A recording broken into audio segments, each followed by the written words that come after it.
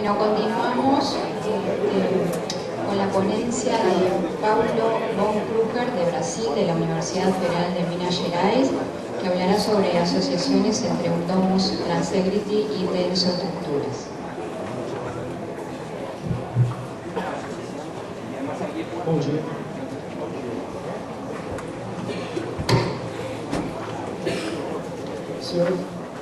Sejam bem-vindos ao Mundo Tensegrity. Eu digo Tensegrity pelo conceito que esse sistema tem, que é basicamente um sistema constituído de elementos descontínuos que trabalham a compressão, juntamente com elementos contínuos que trabalham a tração e descontínuos que trabalham a compressão. Esse sistema ele se autoestrutura, ou seja, ele pode ser autoportante. E nós temos aqui os três pais, considerados os três inventores desse sistema. O Fuller, Emmerich e Snelson. Eles estão aqui nessa ordem em função das patentes apresentadas por eles. E eu digo mundo Tensegrity e não sistema estrutural Tensegrity porque existem essas diversas possibilidades de uso. Na verdade, esse sistema está sendo utilizado nessas diversas áreas, não é? Inicialmente pela escultura, obviamente porque Snelson, um dos criadores desse sistema, é um escultor. Mas temos ali o macro e o microcosmos. Na verdade, o conceito Tensegrity foi utilizado para explicar o comportamento das ligações atômicas. Se existe um conceito que explica as ligações atômicas, obviamente que a nanotecnologia também utiliza esse conceito. Na biomecânica, inclusive com alguns estudos na própria universidade da qual eu faço parte, na área de biomecânica, explicação de diversas situações da biomecânica com o uso do conceito Tensegrity. Obviamente, se eu falo de biomecânica, eu também posso falar de anatomia e da robótica, que já está bastante desenvolvida nessa área. E a gente pode perceber que há uma interligação das diversas áreas, não é isso? Na questão da engenharia espacial, inclusive com o desenvolvimento de antenas espaciais. E no design. Eu não coloquei aqui ainda arquitetura, porque é o que eu vou falar mais para frente um pouco. Bom, e para a gente conhecer um pouquinho sobre esse sistema, eu vou apresentar dois autores que dividem esses diversos tipos de Tensegrity em duas tipologias básicas, não é? O Pug e o Motor. No caso do Pug, ele afirma que o Tensegrity mais simples ele é composto por duas barras. Bastam duas barras, tratadas dessa forma, como mostra a figura, e aí eu tenho o primeiro sistema Tensegrity. Daí então ele começa a desenvolver com figuras um pouco mais complexas, que se cruzam, que se encostam, se tocam no centro geométrico. Figuras de camada única, que para mim, no meu modo de entender, é mais uma forma de montagem de Tensegrity do que propriamente uma tipologia. Mas de qualquer forma, ele coloca dessa forma. O octaedro expandido. Ele acha tão importante esse poliedro, vamos dizer assim, que ele classifica num sistema único. E por que para ele é importante? Ele tem uma característica muito interessante, em que se eu pegar duas barrinhas ali, dois palitos, e separá-los, todos os outros também vão se afastar. Se eu aproximá-los, todos também vão se aproximar. Então, o Pug acha muito importante esse elemento, esse sistema e as características desse sistema que ele classifica separadamente.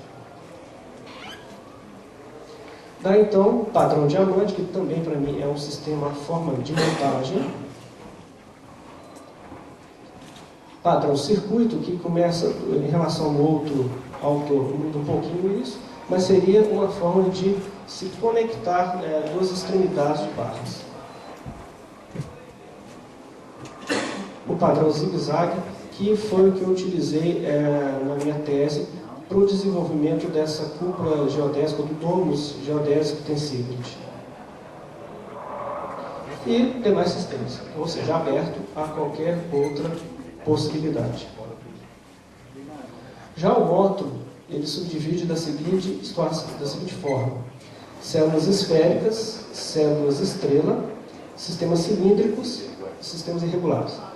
No caso das esféricas, ele subdivide novamente em romboédricas, células prismáticas. E daí ele subdivide de novo no primeiro, que ele considera como a estrutura Tensivrit mais simples, que ele chama de simplex.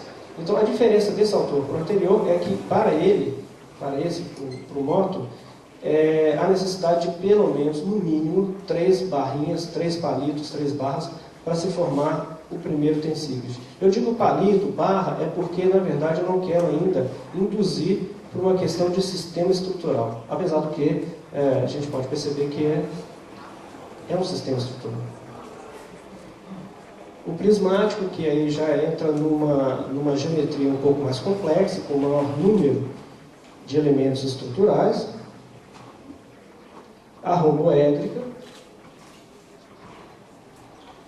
A célula-circuito, que é a mesma do autor anterior. Tipo Z. Então, na verdade, essa classificação era muito parecida com a anterior. Células estrela,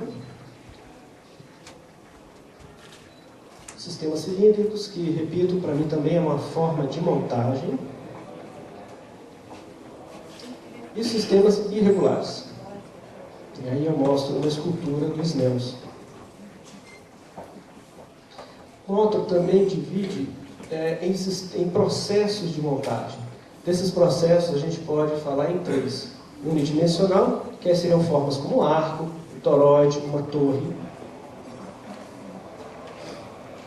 Sistemas bidimensionais, que seriam, a gente poderia ter como exemplo as treliças, né, que é um campo, inclusive um campo muito interessante, muito aberto à exploração. E os sistemas tridimensionais, que é essa obra extremamente complexa. Bom, e eu pude perceber que existem muitos trabalhos apresentados aqui que falam sobre a busca da forma. E eu acho interessante porque, no caso das estruturas Tensivrit, a gente pode fazer uma analogia com o balão. Eu não sei em espanhol como poderia traduzir, mas, ou seja, o ar compreendido dentro desse balão são os elementos que trabalham a compressão. Já a membrana, ou seja, a película do balão, são os elementos que vão trabalhar a tração. E aí a gente tem 3 situações diferentes. A primeira delas é se o volume de ar for menor do que o volume compreendido dentro da membrana, dentro da área daquela bola, daquele balão, nós temos uma forma indeterminada. Daí eu não consigo criar um Tensivrit. Já na segunda situação, onde eu tenho um volume de ar igual ao volume compreendido dentro da membrana, eu tenho um equilíbrio geométrico, mas não tenho rigidez. Qual o problema disso para sistemas estruturais? Eu posso ter uma estrutura onde ela não haverá colapso dessa estrutura, mas onde eu não me sinto agradável, não me sinto bem embaixo de uma estrutura que permite grandes deslocamentos. E, finalmente, um volume de ar maior que o volume compreendido dentro da membrana. Aí sim, eu obtenho o equilíbrio entre pressão do ar e a tração da membrana. E aí eu gostaria de chamar a atenção para essa figura abaixo, que é exatamente esse ponto, o ponto ideal de equilíbrio entre tração, elementos, essa rede contínua de elementos que trabalham a tração, juntamente com os elementos que trabalham a compressão, que são elementos descontínuos, é esse equilíbrio que é a busca da forma dentro do Tensivrit. A maioria dos artigos desenvolvidos, principalmente em análise numérica, são no intuito de obter esse ponto ideal. Daí nós temos alguns ensaios ocorrendo no mundo. Esse maior seria uma treliça espacial desenvolvida na Suíça. À direita e acima, uma torre cujo ensaio foi feito para abalos sísmicos. E abaixo é o domus de cabos, que foi apresentado aqui no seminário. E quais são os exemplos na arquitetura? Existem vários domos de cabos, eu peguei como exemplo esse, que inclusive foi apresentado aqui, e é a área de maior sucesso do uso do Tensygrid, do conceito Tensygrid. Para os senhores terem uma ideia, um voo de 240 metros, que se consegue cobrir com um sistema relativamente leve, é uma forma interessante de uso desse conceito. Bem, não é exatamente um Tensygrid, mas eu gostaria de chamar a atenção pelo uso de mastro flutuante, mastro flotante, como se diz aqui, que é muito importante para que a gente consiga conjugar a estrutura Tensygrid com a membrana, com a tensoestrutura. Eu vou mostrar mais alguns exemplos mais para frente. Bom, esse aqui, infelizmente, já foi desmontado, é um sistema temporário, que provavelmente é a única vez que eu, pelo menos até os meus estudos, até onde eu fui, foi o único exemplo de uso de treliça espacial Tensygrid. Muito interessante, o arquiteto não queria paredes, ele queria uma nuvem que cobria toda a exposição, então ele utilizou esse sistema. A torre de Rostock, com 62,3 metros de altura, estável, sem nenhum problema.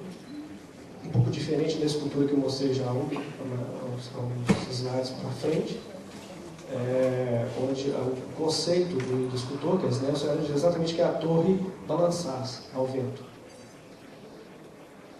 E esse que é o complexo de visitantes da floresta de Sherwood, na Inglaterra, no Reino Unido, em que os arquitetos queriam um conceito de árvore, mas não aquele conceito repetido, simplesmente repetido, mas uma releitura. Não é? É um sistema extremamente complexo, mas ao mesmo tempo simples, na medida em que eles conseguiram dividir em módulos o sistema Tensygrid, e a montagem então se torna mais fácil. Além disso, nós temos alguns protótipos. Acima e à direita foi montado na Universidade de Michigan, aqui abaixo da Suíça, na Universidade de Lausanne, se não me engano. Esse na Itália, na Universidade de... Agora me fugiu. Bom, na verdade, todos esses conceitos, todas essas figuras encontram-se na minha tese de doutorado, que eu, no final da minha apresentação, eu coloquei o link para que vocês possam baixar essa tese, e tudo isso é apresentado na minha tese. Isso aqui é um conceito de mastro Tensygrid, um mastro não só Tensygrid, como ele também recolhe, ele é pantográfico. Um estudo ocorrido na Espanha, na verdade é um estudo teórico, um mestrado, é um espanhol, mas ele foi defendido na Escócia, na Irlanda, sobre o conceito Tensygrid e as diversas possibilidades de uso. Bom, então eu começo agora apresentando a cúpula geodésica, o domus geodésico Tensygrid. E para que eu possa falar para vocês o que é essa cúpula, eu tenho que começar por essa forma geométrica, por esse poliedro que é o icosaedro. O icosaedro é um poliedro regular, formado somente por triângulos, que possui 20 faces, 12 vértices e 30 arestas, e é o mais esférico dos poliedros. É bem interessante, porque quando a gente observa essa figura, como posso imaginar que isso é esférico, ou próximo de algo esférico? É porque, na verdade, a gente pode subdividir o icosaedro em mais triângulos. Ou seja, esse icosaedro que eu estou apresentando aqui é de frequência única, mas eu posso subdividi-lo, e aí eu consigo o icosaedro de frequência 2, que é esse que está aqui. Eu posso subdividir cada vez mais, e quanto mais subdivido, mais próximo da esfera eu chego. Entretanto, a minha tese de doutorado, faltam 5 minutos, eu tenho que correr. Eu me baseio nesse icosaedro de frequência 2. Só que não é um icosaedro de frequência 2 comum, é um icosaedro de frequência 2 truncado. Dessa forma, então, eu tive que obter as coordenadas esféricas do icosaedro. Então, eu cheguei nessa forma. Então, à direita é o icosaedro de frequência 2 truncado, que é a cúpula geodésica tensíclide, e a esquerda ela é instrumentada para análise experimental. No primeiro dia que o palestrante apresentou Frankenstein, eu imaginei, se ele visse isso aí, eu acho que ele ia ficar mais assustado. Bom, foram feitas as análises experimentais, com muitas dificuldades, porque são muitos elementos para serem analisados. Esse daqui dos três ensaios que nós fizemos, que é a aplicação de carga em todos os elementos nodais, todas as estruturas nodais, nas 5 próximas ao topo, e a aplicação de carga simétrica, eu queria apresentar essa figura, que exatamente mostra que essa estrutura permite grandes deslocamentos. É como se fosse um amortecedor, não é? Isso foi um dado bastante interessante. Depois foi feita a análise numérica, que apareceu ali, e finalmente a comparação entre eles. E aí nós chegamos nas propostas de uso. Veja bem, essa tese ela é mais uma questão de propostas, né, onde eu desenvolvi um elemento, um modelo em escala reduzida, e a partir dele fizemos ensaios, fizemos comparações e propostas de uso. Né? Ou seja, é um universo ainda a se descobrir. Esse daqui seria uma possibilidade, com o uso de mezanino, nós chamamos isso aqui de mezanino, apoiado nessas estruturas que são os mastros flutuantes. Daí a importância do uso de mastros flutuantes como elemento até mesmo de apoio da membrana, da possível membrana que pode vir a cobrir esse sistema. O uso de duas ou mais cúpulas, criando espaços especializados, mas também possibilitando maiores espaços entre eles, sem ter que se criar uma gigantesca cúpula para um espaço maior.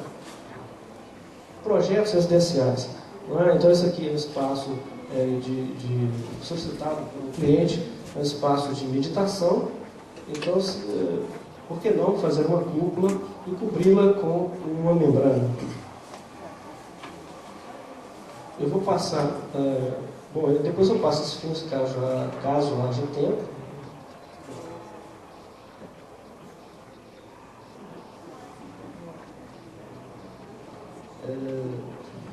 Eu vou trazer, posso falar um pouquinho só?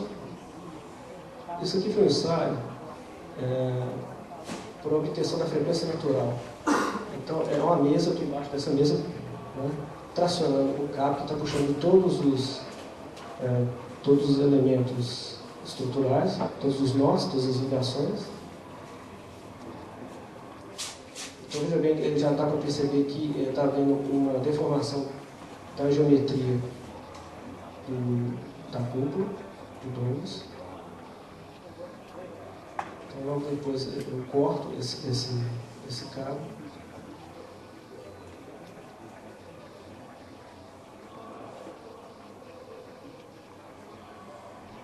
Então, veja bem que é um sistema que absorve bem grandes deslocamentos. Então, em caso de terremoto, de abalos sísmicos, é um sistema ideal. Bom, esse é o meu e-mail e esse é o link, logo abaixo é o link onde os senhores podem baixar a tese integralmente. Tá certo? Me coloco à disposição para qualquer dúvida e agradeço a todos.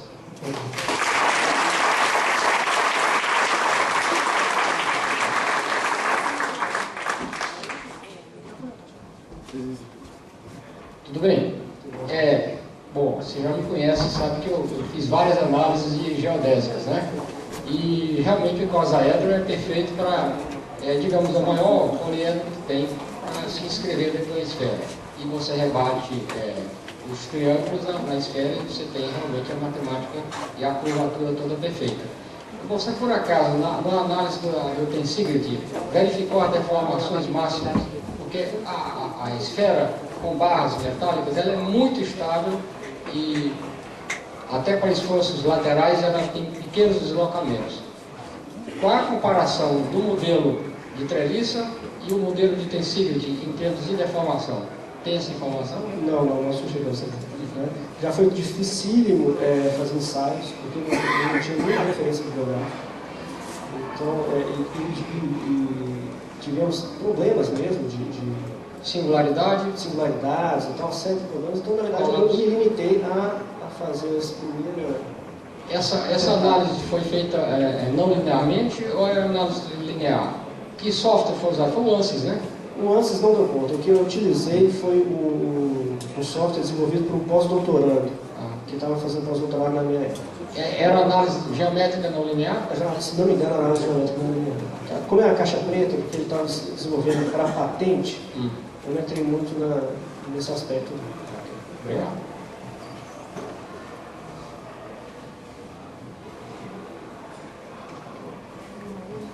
¿Alguna otra pregunta?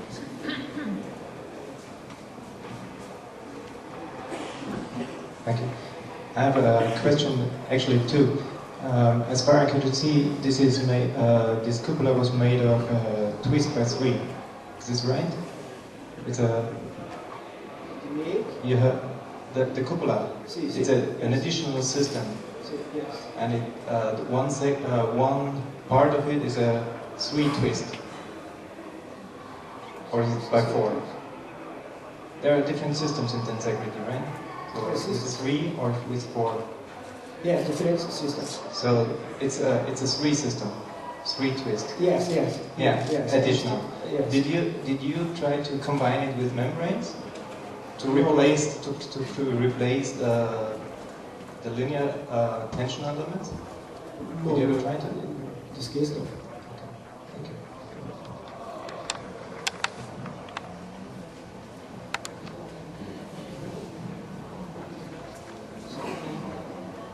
Outra coisa que eu estou muito curioso, na hora da montagem do Tensegrity, você considera os cabos como elementos de comprimento fixo ou você tem esticador em cada um? No caso do modelo reduzido, a dimensão é única. Mas no caso de um protótipo, vai ter que ter um esticador, sim, vai ter que ter o uso do esticador. Pois é, eu pergunto o seguinte, na hora da montagem, fecha tudo bonitinho ou tem ajuste? Provavelmente deve ter um ajuste fino, sim. Como nós não fizemos o protótipo, ficou para uma próxima etapa, eu não saberia te informar com toda certeza, mas provavelmente deve haver um ajuste fino, principalmente pela obtenção da forma, da geometria final, né? Então, pequenos ajustes, até mesmo para medir as tensões, verificar se as tensões estão uniformes ao longo da cúpula. Então, tu me dá notícia quando tiver isso montado, me interessa muito. Com certeza. Obrigado. A mim também. É. Faça recurso.